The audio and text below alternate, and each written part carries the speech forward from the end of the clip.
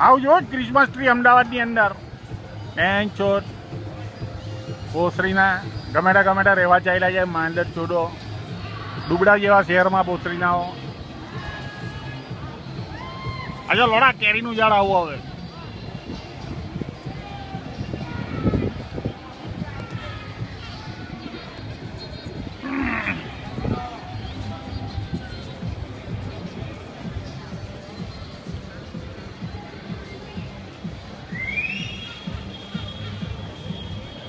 આને Christmas tree કહેવાય લોડા. આને ગાર્ડન કહેવાય. શું કહેવાય? ગાર્ડન.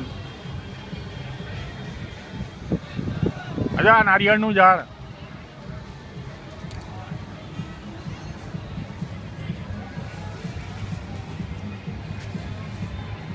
જા બીજું ક્રિસમસ ટ્રી.